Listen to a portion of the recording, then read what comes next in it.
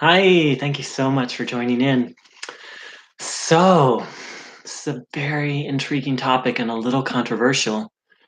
Um, and the spiritual world, from my point of view, is currently a mess because people don't understand about the what a spiritual teacher is, and that there are different kinds of spiritual teachers. So, I'm going to offer three definitions that have been really helpful to me. The first is someone who teaches about spiritual things.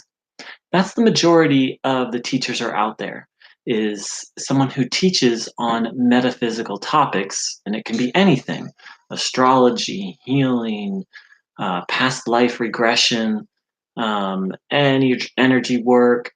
Someone who teaches about things which are spiritual, i.e., things which we can't perceive with the five senses. The second kind of teacher is what I would call a spiritual teacher. This is someone who teaches the fundamental message of enlightenment, liberation, peace, freedom, unconditional, an end of all suffering through an attainment of, again, there's different words: liberation, enlightenment, salvation. But what they fundamentally teach, everything that they teach, is focused on that one topic of freedom, freedom from all suffering. It can be languaged in very different ways. Knowing the self realization. Um, but everything they teach is then focused on that. So we can see right there that the majority of metaphysical things we think of as metaphysical and spiritual fall into the first category. They're not really focused on liberation and ending suffering. They're more focused on, you know, um, understanding about all the various realms of existence and understanding karma and past lives, and all that's very interesting, but it doesn't actually end suffering. So category one, people that teach about spiritual things. Category two, spiritual teachers, those people who teach on one topic: liberation, the end of one topic, many words: self-realization, liberation, etc. Now the third is very rare, or it's very rare in the sense that the third category of teachers doesn't necessarily get a lot of public attention. um, and this is what I would call a guru. A guru is a being who is utterly and completely liberated. No suffering, no attachment. They only have two.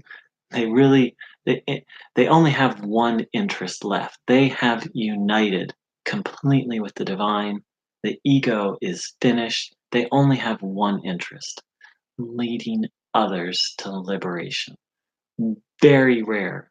I've traveled around the world. I've read a lot of books, met a lot of teachers, and the only teacher I've met that's alive that I would think of that falls into this category is Amachi. Um, she's just a service machine.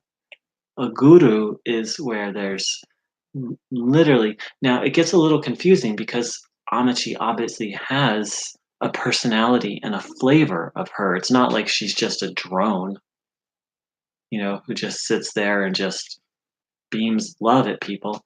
And her entire personality is devoted to service and helping people awaken. So, so now let's distinguish. It's very easy to distinguish the people who teach about spiritual things and the spiritual teachers. That's really easy.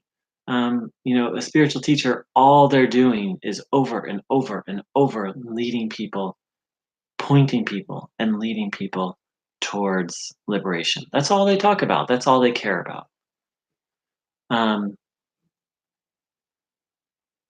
Now, distinguishing between, whereas in the first category, there's like all these other all these other topics and things that aren't directly connect, and the trick is it can seem like, oh, learning about past lives, oh, understanding karma, oh, knowing learning energy work. I'm not saying those things are bad, they just are what they are. They're not that which can end suffering.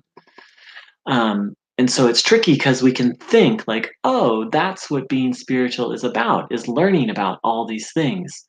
And it's kind of like you learn about all these things and then your suffering doesn't end. And then you start getting really serious. um, and it's not that you get really serious and then you're like, none of those things. You just get really serious and you get clear that those things are kind of like, um, icing on the cupcake. They're not the cupcake itself. You get really hungry for the actual cupcake. So that's very easy to distinguish between those that teach on spiritual topics and spiritual teachers. Um, I think of Byron Katie as a good example of a spiritual teacher. She over and over and over talks about freedom from suffering, freedom from the ego, and liberation. So she doesn't really talk very much about past lives and other dimensions and energy. She just focuses on liberation from suffering. So here's where it gets tricky. The spiritual teacher to guru, there's a very wide range, and it can be very difficult to distinguish where someone falls, whether someone's a guru or whether someone's a spiritual teacher. And I speak from experience, having made the mistake over and over and over. Um, so, how to tell a spiritual teacher from a guru? Well, it's actually very easy once you know what to look for. So, first and foremost, money. A guru will not charge for their teaching. Let me repeat that again. A guru, a fully liberated being, will not charge anything for their teaching. I'll make a whole video on why that's true. But if someone's charging, um, you can be assured that they are not a fully liberated being. Second, um,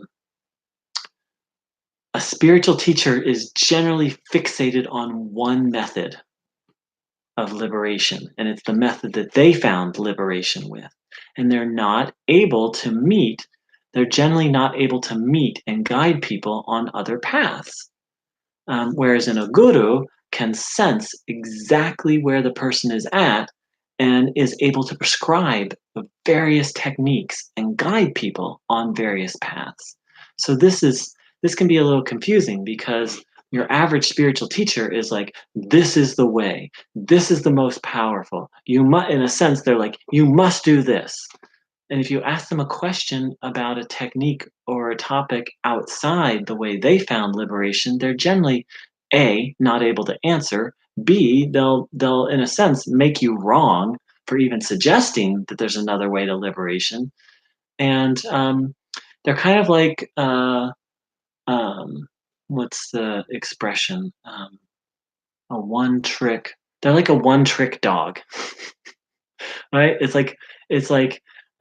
an expression which means like a dog that can do this one amazing trick, but they can't really do any other tricks. So that's a great way to distinguish a guru and from a spiritual teacher. A guru is like united with God, and as Ramana Maharshi said, a true guru has gone to the top of the mountain and recognizes that there's all these different paths to the mountain, top of the mountain, and they can actually guide people on these various different paths. Whereas a spiritual teacher they're not done. They're very far up the mountain compared to your average human being, and hence they're able to help a lot of other people, but they're not at the top. And they're still very generally fixated on their own method. And the reason why they're fixated on their own method is because they're not done. Um, Another really great way to distinguish a spiritual teacher from a guru is humility. A guru is utterly humble, and they might allow people to worship them, but they will discourage it in another sense. They're always going to be pointing towards God. Whereas a spiritual teacher, someone who's not complete, who still has some ego left, will oftentimes even encourage people to worship them and actually oftentimes want people to be obedient to them, which is just a sure sign of like a work in progress. Like they still have some attachment to power, sort of demanding that people live their lives a certain way or follow certain very strict, rigid rules. Now, this is a little tricky because a guru has a right to demand obedience, but never will. Now, a guru is someone that you can really completely surrender yourselves to. A spiritual teacher is not. And this is a place where discernment becomes really essential. Really essential. Um, so, right there, that should help you be able to distinguish the difference between someone teaching on spiritual things, a spiritual teacher who's pointing you towards liberation, and a guru, a being who is completely liberated and who is worthy of surrender. Um, so money, fixation on one method versus being, and this is in terms of distinguishing between a spiritual teacher and a guru. Um, their relationship with money and not charging, their ability to guide people by different methods, and humility are three ways that we can easily discern that um, most of the beings that most people think of as gurus aren't gurus. They're spiritual teachers who have hopefully had some kind of profound spiritual awakening, but are still a work in progress. Um, a true guru has no attachment to anything. A guru, Ramana Maharshi is a great example. He had a profound awakening, and he was so unattached to his body initially that if people hadn't fed him, his body would have died. He was just completely absorbed in God. And so there's so much suffering that goes on in the spiritual world by people surrendering to spiritual teachers who aren't worthy of their surrender. And they're not worthy of the surrender because they're not done. They're a work in progress.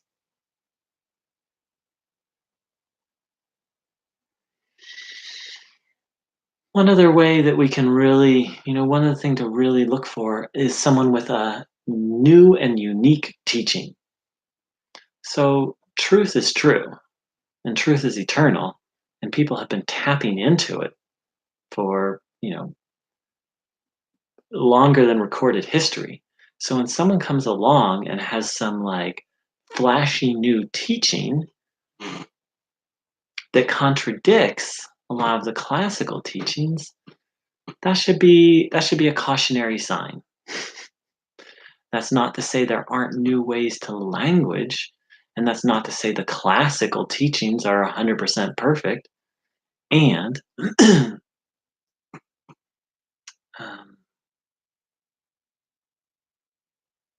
the last thing is,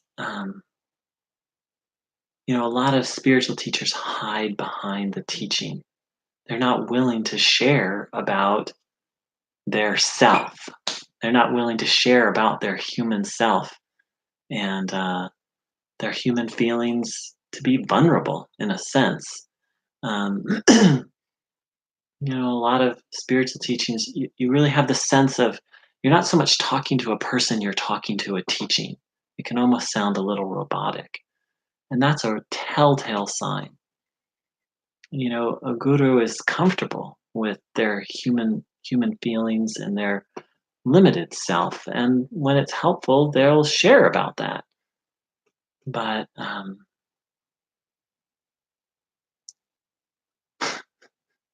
you know, uh, a lot of what spurned all of this is the Neo-Advaita movement, where people, have this intellectual realization that of what their true nature is, and maybe have a glance of it, but don't actually live it moment by moment, and then teach a purely intellectual teaching. Um, that's what spurned a lot of this, and a lot of these people get really good at verbally sharing the teaching, um, but then they just kind of hide behind the teaching, and they need to hide because they're not done. So, so that's a little introduction to the current wacky world of spiritual teachers, and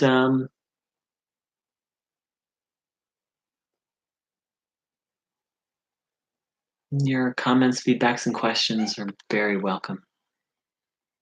Thank you, thank you, thank you. Have a blessed day.